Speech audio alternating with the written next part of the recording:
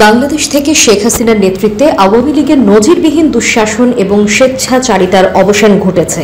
ছাত্র জনতার অবিস্মরণীয় অভ্যুত্থানের মুখে শেখ হাসিনা পালিয়ে গেলেও ভয়াবহ বেকায়দায় পড়েছেন আওয়ামী লীগের এমপি মন্ত্রীরা।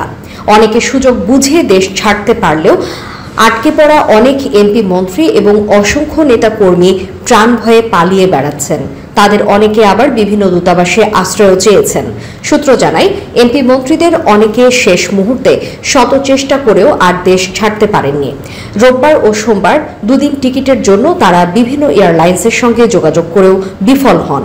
অনেকে পরিবারের সদস্যদের নিরাপদে বিদেশ পাঠাতে পারলেও নিজে আর যেতে পারেননি। এদের মধ্যে পররাষ্ট্রমন্ত্রী হাসান মাহমুদ, তথ্য প্রতিমন্ত্রী মোহাম্মদ আলী আরাফাত ও তথ্য প্রযুক্তি প্রতিমন্ত্রী জুনায়েদ আহমেদ পলক দেশেই আত্মগোপনে আছেন বলে জানা যায়। বিশেষ করে সোমবার বিকেল পর্যন্ত শিক্ষামন্ত্রী ব্যারিস্টার মহিবুল হাসান চৌধুরী নওফেল তার বনানীর বাসায় অবস্থান করছিলেন। সরকারের পতনের খবর ছড়িয়ে পড়লে সন্ধ্যার পর থেকে তার সঙ্গে নেতাকর্মীদের যোগাযোগ বিচ্ছিন্ন হয়। সোমবার দুপুরে প্রধানমন্ত্রীর পদ থেকে পদত্যাগ করে সামরিক হেলিকপ্টারে চড়ে ভারতের উদ্দেশ্যে উড়াল দেন শেখ হাসিনা। তার তাৎক্ষণিক এই সিদ্ধান্তে কয়েকজন এমপি মন্ত্রী দেশ ছাড়তে না পেরে দেশে গা ঢাকা দেন। এমনকি মন্ত্রিসভার কয়েকজন সদস্য জীবনের নিরাপত্তা চেয়ে বিভিন্ন দূতাবাসে আশ্রয় চেয়েছেন বলেও খবর চাউর হয়েছে। সূত্র মতে, গত শনিবার বিকেল থেকে আওয়ামী লীগ সাধারণ সম্পাদক ওবায়দুল কাদের গা ঢাকা দিয়েছেন। জাতীয় নির্বাচনের পর থেকে প্রতিদিন মিডিয়ার সামনে কথা বললেও বৈষম্য বিরোধী ছাত্র আন্দোলনের শেষ মুহূর্তে মিডিয়ায় কথা কম বলতে দেখা যায় তাকে। গত শনিবার ধানমন্ডিতে আওয়ামী লীগ সভাপতির রাজনৈতিক কার্যালয়ে আয়োজিত সংবাদ সম্মেলনে শেষবারের মতো কথা বলেন ওবায়দুল কাদের। তবে রোববার থেকে তাকে কোথাও দেখা যায়নি। আরেকটি সূত্র বলছে, রোববার রাতেই দেশত্যাগ করেছেন ওবায়দুল কাদের। বর্তমানে তিনি সিঙ্গাপুরে রয়েছেন।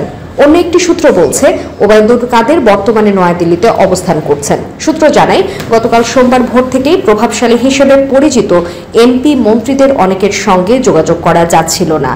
অনেকের মুঠোফোন বন্ধ ছিল। বিশেষ করে স্বরাষ্ট্রমন্ত্রী আসাদুজ্জামান খান কামাল, আইনমন্ত্রী আনিসুল হক অজ্ঞাত স্থানে চলে যান।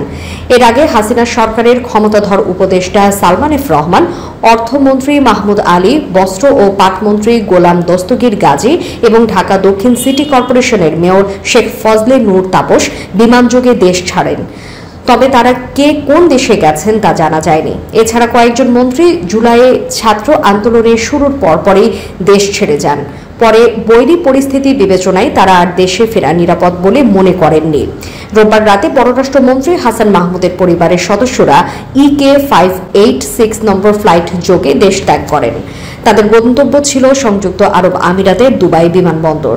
মূলত এর পরপরই গণহারে মন্ত্রী এমপিদের দেশ ত্যাগের খবর সামাজিক যোগাযোগ মাধ্যমে ছড়িয়ে পড়ে।